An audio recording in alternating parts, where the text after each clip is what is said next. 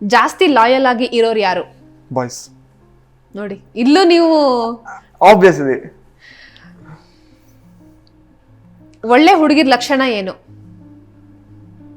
ಒಳ್ಳೆ ಹುಡುಗಿರ ಲಕ್ಷಣ ಏನು? ಯಾವ ಹುಡುಗಿ ಹುಡುಗರನ್ನ ನೋವು ಮಾಡಲ್ಲ, ದಟ್ ಇಸ್ ಒಳ್ಳೆ ಲಕ್ಷಣ ಹುಡುಗಿರ್ದು. ಒಳ್ಳೆ ಹುಡುಗರ ಲಕ್ಷಣ ಏನು? ಯಾವ ಹುಡುಗಿನ ಅಮ್ಮನ ತರ ನೋಡ್ತಾರೋ ಅದು ಒಳ್ಳೆ ಲಕ್ಷಣ. ಹುಡುಗಿರನ್ನ ಟ್ರೆಡಿಷನಲ್ ಮತ್ತೆ ವೆಸ್ಟರ್ನ್ ಯಾವ ಔಟ್ಫಿಟ್ ಅಲ್ಲಿ ನೋಡಕ್ ಇಷ್ಟಪಡ್ತೀರಾ? ಟ್ರೆಡಿಷನಲ್. ನಾನೇ ಅಲ್ಲ, ಪ್ರತಿಯೊಬ್ಬ ಹುಡುಗನು ಇದನ್ನೇ ಎಕ್ಸ್ಪೆಕ್ಟ್ ಮಾಡೋದು. ಜಾಸ್ತಿ ಶೋಕಿ ಮಾಡೋರು ಯಾರು? ಆಬ್ವಿಯಸ್ಲಿ ಹುಡುಗಿರು.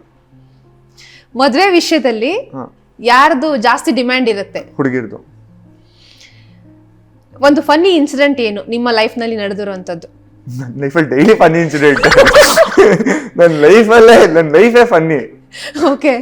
ನಾನು ಏನೋ ತಪ್ಪು ಮಾಡ್ದೇನೆ ಎಷ್ಟೋ ಸರಿ ಬೈಸ್ಕೊಂಡಿರ್ತೀನಿ. ಓಕೆ.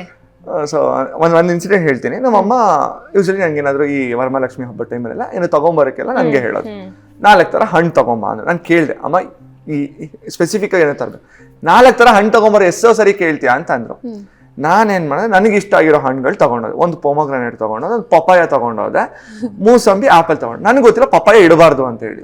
ಹಣ್ಣು ನಾನು ಕೇಳಿದ್ದೀನಿ ಅಮ್ಮ, ಏನು ನಮ್ಮಮ್ಮ ಓದ್ತ ಅಷ್ಟು ಗೊತ್ತಾಗಲ್ಲ, ಒಳ್ಳೆ ಎಮ್ಮೆ ತರ ಬೆಳೆದಿದೆ, ಪಪ್ಪಾಯ ಇಡ್ತಾರೆ. ಏನಾಗುತ್ತೆ ಪಪ್ಪಾಯ?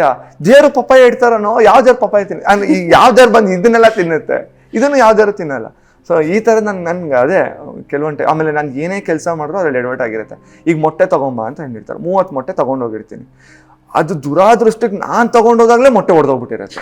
ನಾವು ಮೊಟ್ಟೆ ತಗೊಂಬರಕ್ಕೂ ನಾನೇನು ಮಾಡಲಿ, ಮೊಟ್ಟೆ ತಗೊಂಡೋಗಿದ್ದೀನಿ, ಬಳೆ ತಗೋಬಾ ಅಂತಾರೆ, ಆ ಡಜನ್ ಗಟ್ಟಲೆ ಬಳೆ ತಗೊಂಡೋಗ ಅದು ನಾನು ತಗೊಂಡೋದಾಗಲೇ ಹೊಡೆದೋಗ್ಬಿಟ್ಟಿರುತ್ತೆ. ಸೊ ನಾನು ಒಂದು ಸ್ವಲ್ಪ ಎಡವಟ್ಟು.